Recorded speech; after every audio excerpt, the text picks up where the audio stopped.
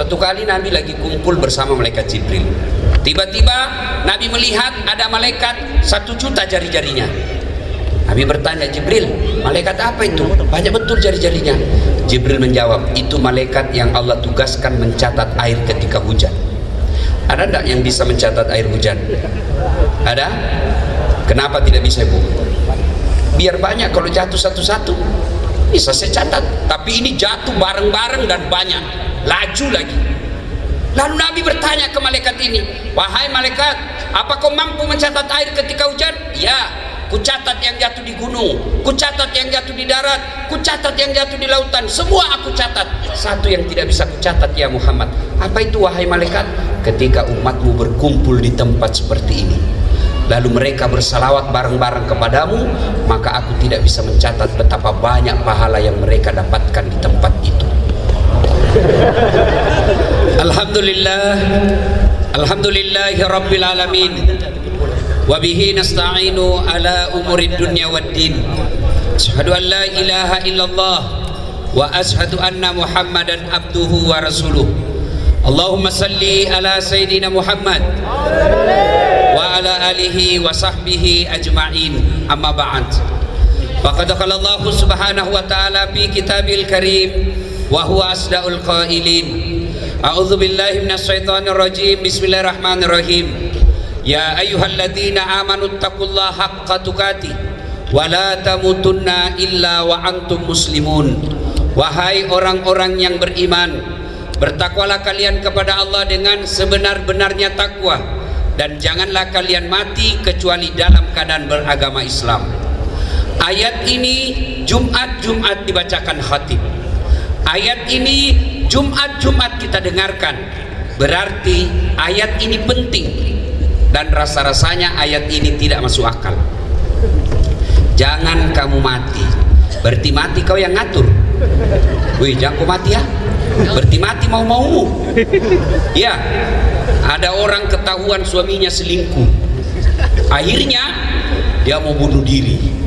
Dia masuk ke dapur, dia iris urat nadinya, ternyata pisau yang dipakai pisau tumpul. Dia jadi mati. Bulan depan dapat lagi WhatsApp suaminya selingkuh. Dia cita-cita bunuh diri. Dia minum racun. Ternyata karena buru-buru lebih banyak masuk ke hidungnya daripada mulutnya. Muntah-muntah, tidak jadi lagi mati. Bulan berikutnya dapat lagi selingkuh suaminya, mau bunuh diri. Lihat pisau, gagal. 2 bulan lalu racun, gagal. Akhirnya apa? Dia lari ke belakang rumahnya, lompat masuk ke dalam sumur. Ternyata waktu itu dia lupa musim kemarau. Tidak jadi mati. Kalau bukan ajal tidak mati. Pun kalau tiba ajalnya, biar tidak mau, pasti mati. Orang kaya mati, orang miskin mati, raja-raja mati, rakyat biasa mati, TKI mati. Semua mati. Berarti yang jadi masalah bukan mati, yang jadi masalah illa wa antum muslimun, kecuali dalam keadaan beragama Islam. Berarti ada orang Islam tapi matinya kafir. Siapa mereka yang bisa membuat kita mati kafir?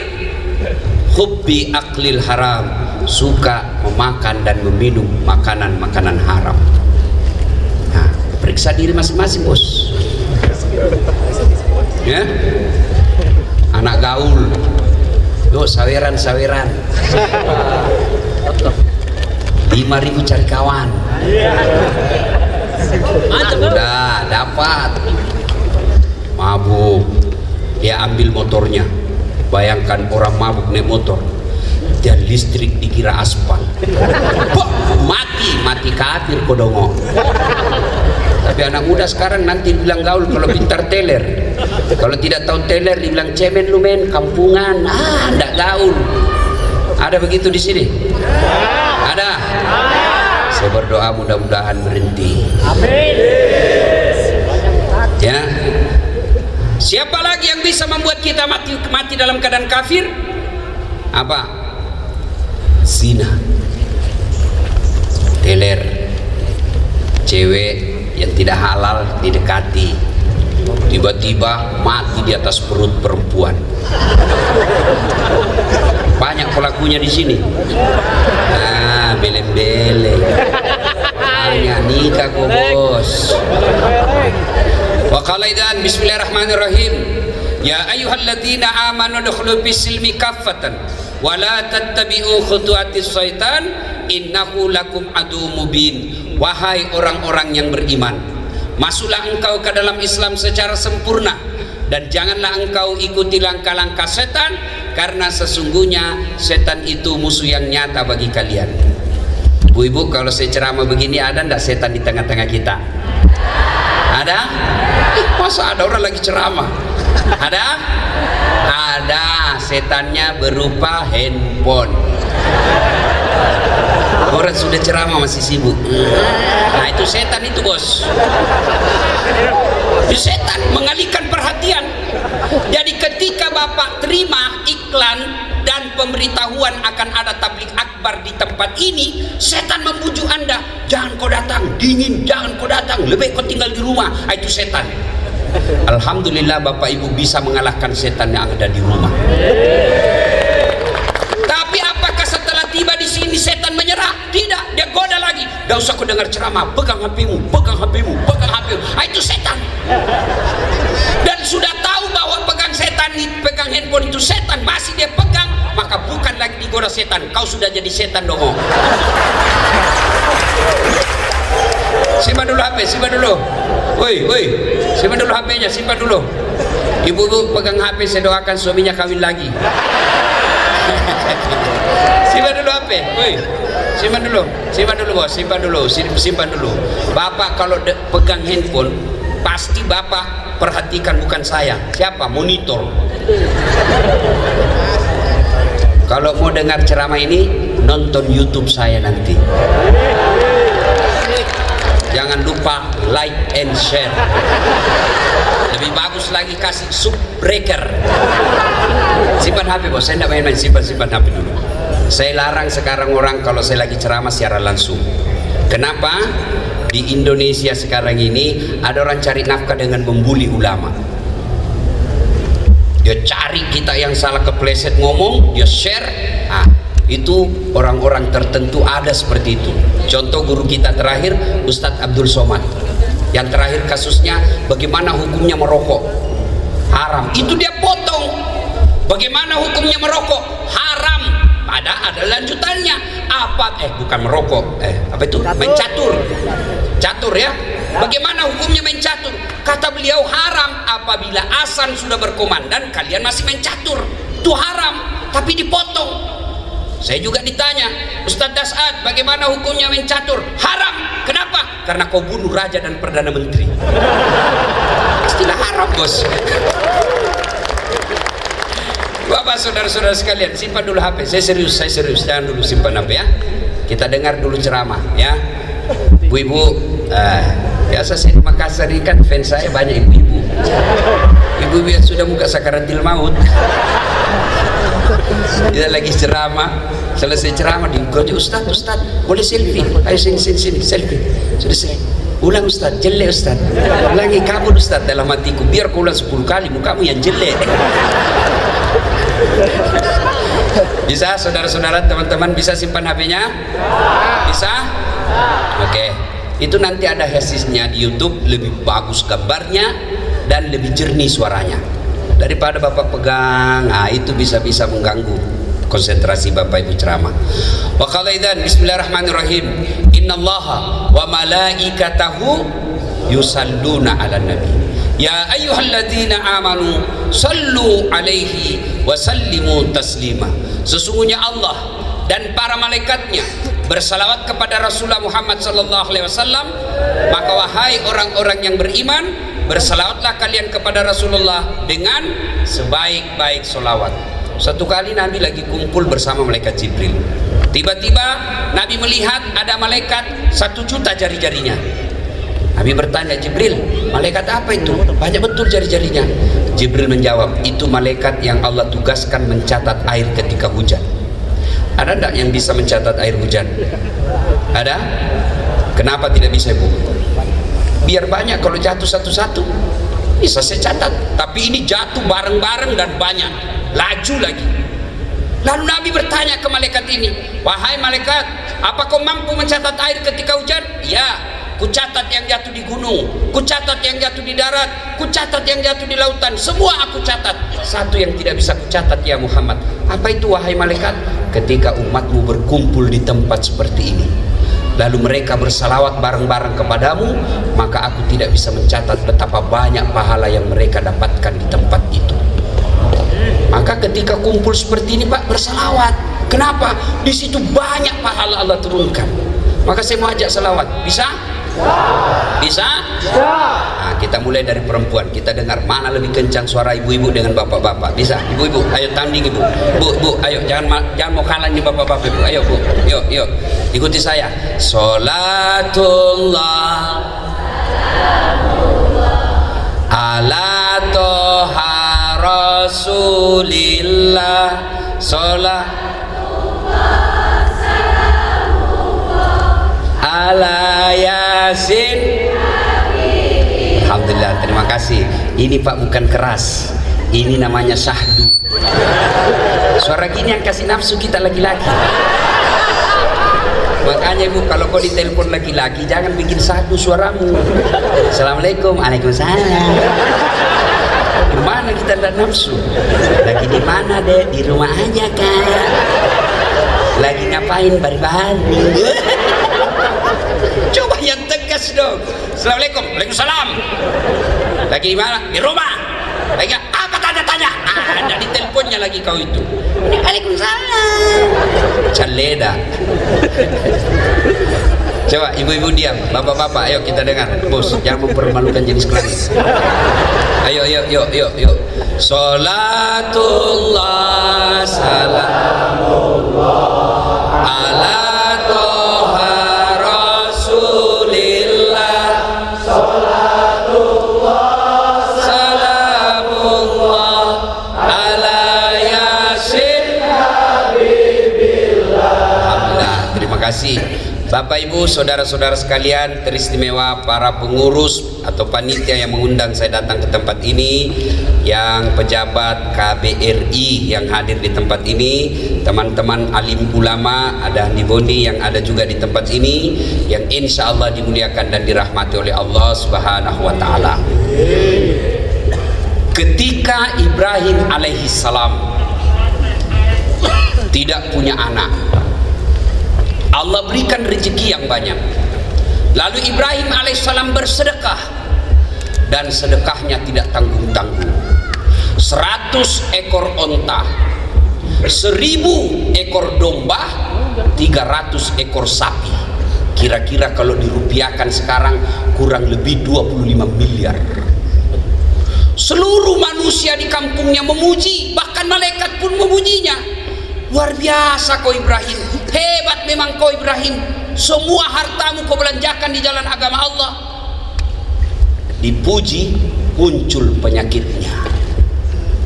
Apa penyakit manusia? Senang dipuji. Maka tidak ada orang tidak senang dipuji, termasuk saya.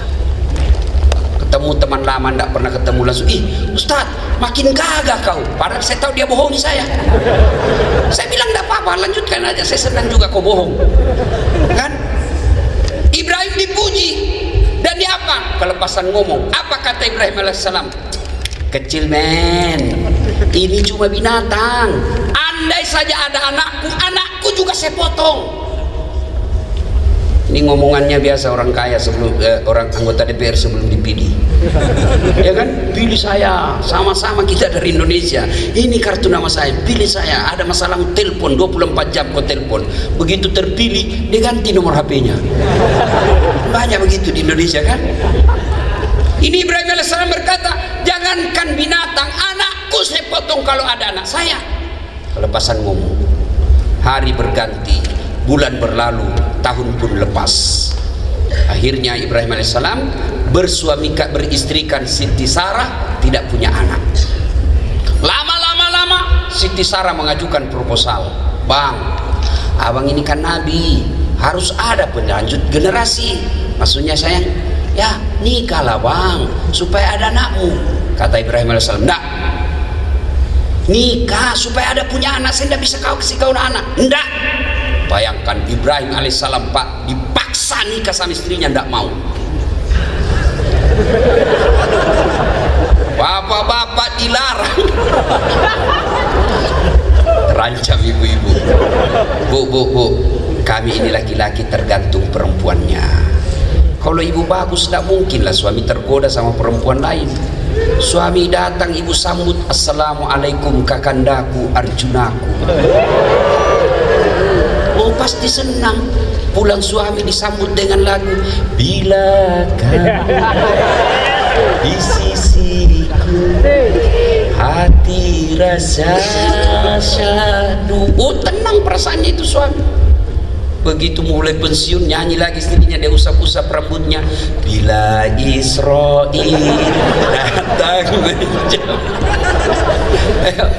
Nah Ibrahim alaihissalam berkata tidak, dipaksa terus. Akhirnya kata Ibrahim, ayalah sudah, kalau kau ya sudah terserah. Tapi Siti Sarah berkata, saya yang carikan. Siapa?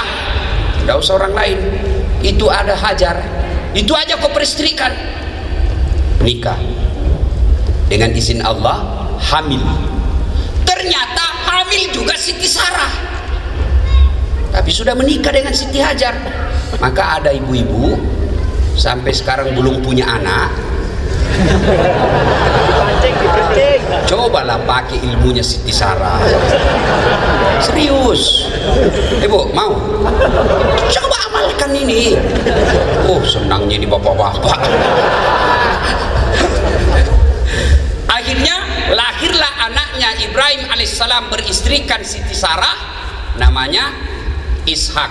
Inilah keturunan bangsa Yahudi. Ibrahim alaihissalam beristrikan Siti Hajar, lahir anaknya Ismail alaihissalam.